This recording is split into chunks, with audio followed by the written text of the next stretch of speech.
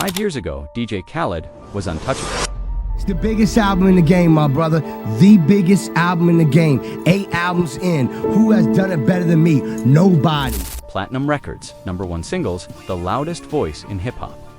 DJ Khaled is an award-winning music mogul, executive producer, writer, entrepreneur, and social media mastermind. But today, the same man who once shouted, "We the best," I say we the best, and I represent the people. is being called out for staying silent, especially on the one issue where his voice could have mattered the most. And when a man who built an empire on positivity, on being everywhere, suddenly has nothing to say, you know something's gone wrong. This is the story of DJ Khaled's rise. The rise of a hype man turned mogul. Khaled didn't start as a superstar.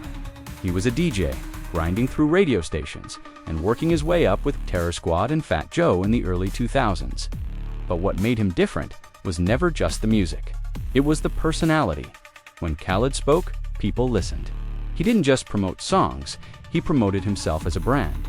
Every shout, every another one, every major key wasn't just hype, it was marketing. And for years it worked. His breakthrough moment came with Grateful in 2017. 2 unstoppable singles, I'm the One and Wild Thoughts, dominated charts, parties, and playlists. By the end of that year, Khaled wasn't just producing hits, he was the hit. He had become hip-hop's motivational speaker, a walking symbol of success and positivity. On Snapchat, he became a pioneer. Every breakfast, every workout, every jet ski ride became content. He turned his daily life into a reality show that millions tuned in for. And for a while, it felt like Khaled had cracked the code to fame in the digital age. But there was always a question behind the success. Critics asked the same thing. What does DJ Khaled actually do? He wasn't making the beats, he wasn't writing the hooks, he wasn't rapping the verses. So what was he? Khaled answered that himself. He was the producer, the curator, the man who could assemble the right team of stars to create the biggest songs.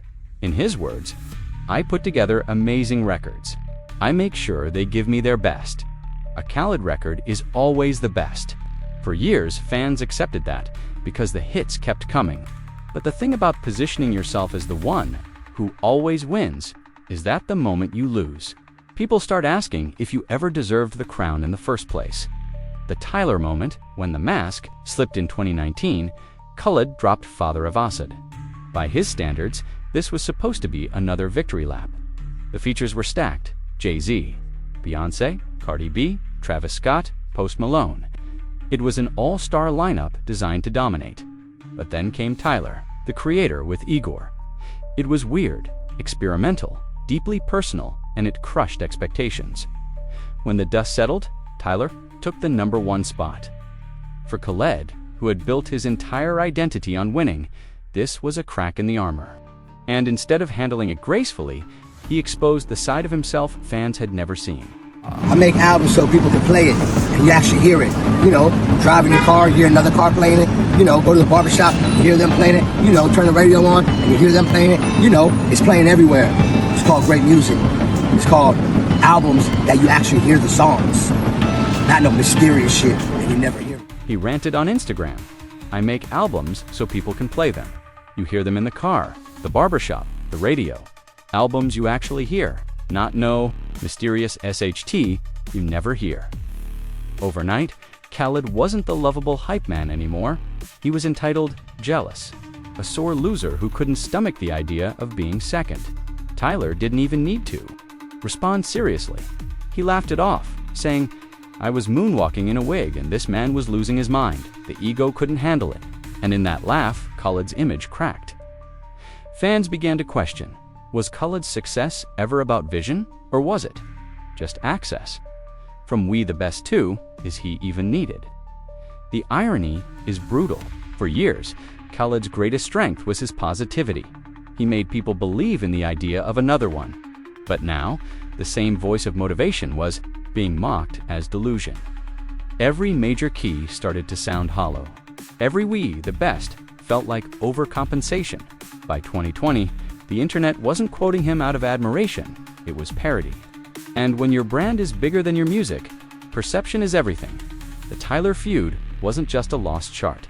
Battle It was the moment the audience realized Khaled wasn't invincible. And once that door opened, every flex, every silence, every misstep became ammunition. If the Tyler feud showed Khaled could lose, what followed proved something even more damaging, that he could also look out of touch.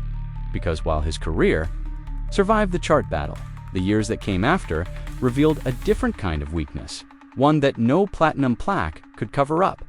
When flexing becomes tone-deaf age, Khaled has always flaunted wealth. Luxury cars, diamond watches, sneakers lined up like museum pieces. This was his brand. For years, fans accepted it. It was part of the "we the best" persona.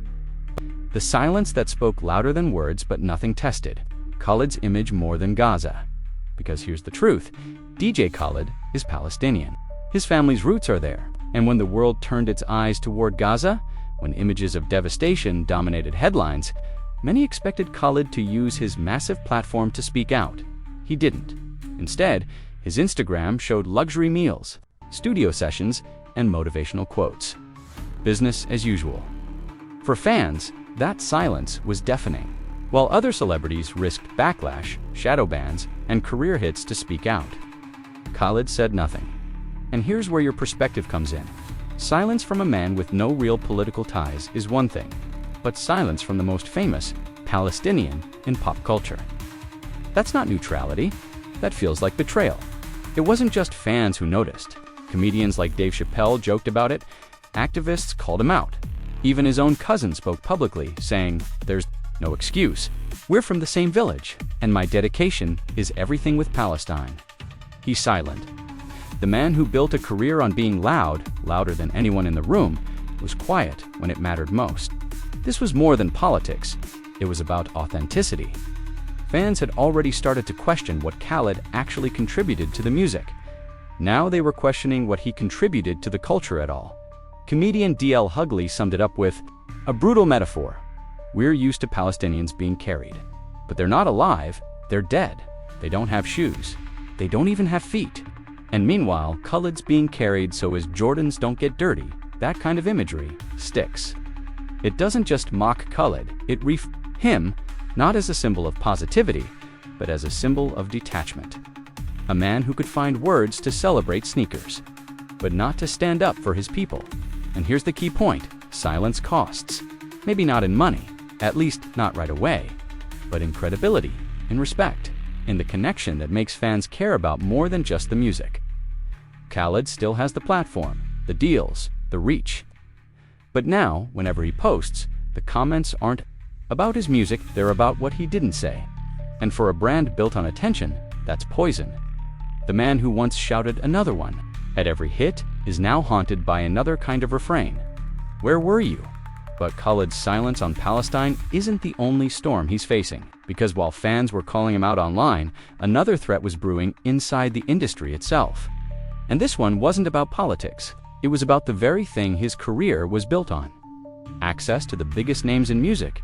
And when you start losing those connections, when the Drakes, the Futures, even the Kodaks stop picking up the phone, the fall-off doesn't just become a narrative, it becomes reality.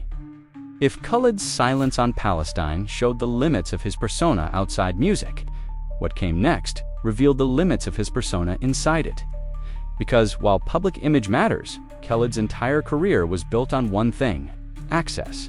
Access to the biggest artists in the world, and for over a decade, it worked. When Khaled called, the stars answered. Drake, Jay-Z, Rihanna, Beyoncé, Justin Bieber. His Rolodex was the engine that powered his reputation.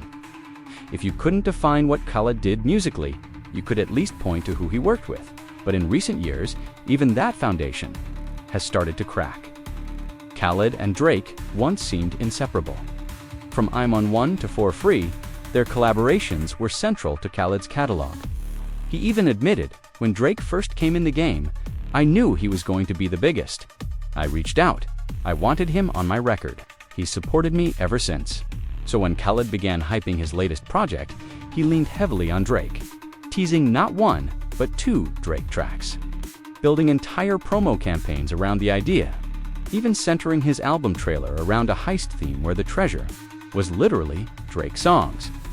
But then came the twist. Drake himself publicly distanced. When Khaled announced the features, Drake responded online with a cutting joke. "Must be Drake Bell." Just like that, the illusion of brotherhood cracked. Insiders revealed the truth. The relationship had been strained for years. On some collaborations, Khaled had to give up nearly all the publishing rights just to get Drake on board. One record, Drake allegedly took 95% of the split. That's not partnership, that's dependence. And when Khaled leaned too hard, Drake simply pulled back. The message was clear. Drake no longer needed Khaled, but Khaled. He couldn't afford to lose Drake. And it wasn't just Drake. Kodak Black, who had worked with Khaled before, recently, previewed a song mocking him directly. "All we do is win-win." I see him as essential anymore. To them, he's not the gatekeeper he once was. He's the punchline. When even Kodak, a rapper Khaled helped booze, starts clowning him, it shows a loss of respect that no #1 record can patch up. Add to that the chaos of the Drake versus Kendrick feud, where half the industry chose sides. Khaled tried to stay neutral, but neutrality in hip-hop often reads as weakness. Ross even attempted to drag Khaled into the mix, joking that his next album would need UK rappers and TikTok stars because all his usual collaborators hated each other. It was meant as banter, but the implication was obvious. Khaled's strength was his connections, and if those connections fracture, what does he have left? Faced with these challenges, Khaled has tried to pivot. More films, more television, more branding deals. He even announced that his next album might be his last, only to backtrack and reframe it as a marketing strategy. But these moves feel less like evolution and more like desperation. Because the truth is simple, Khaled's brand was always bigger than his music. And when the brand starts slipping, when the voice of positivity becomes a voice of silence, when the collaborator stops showing up, what remains? The question fans are asking now isn't when's the next Khaled album, it's do we even need another one? 5 years ago, that question would have sounded ridiculous. Khaled seemed untouchable, too connected, too loud, too big to fail. But history moves fast in hip-hop. The man who once dominated through personality now finds that same personality working against him. Because if the Tyler feud cracked the mask and Gaza silence shattered authenticity, then the loss of industry allies cemented one thing.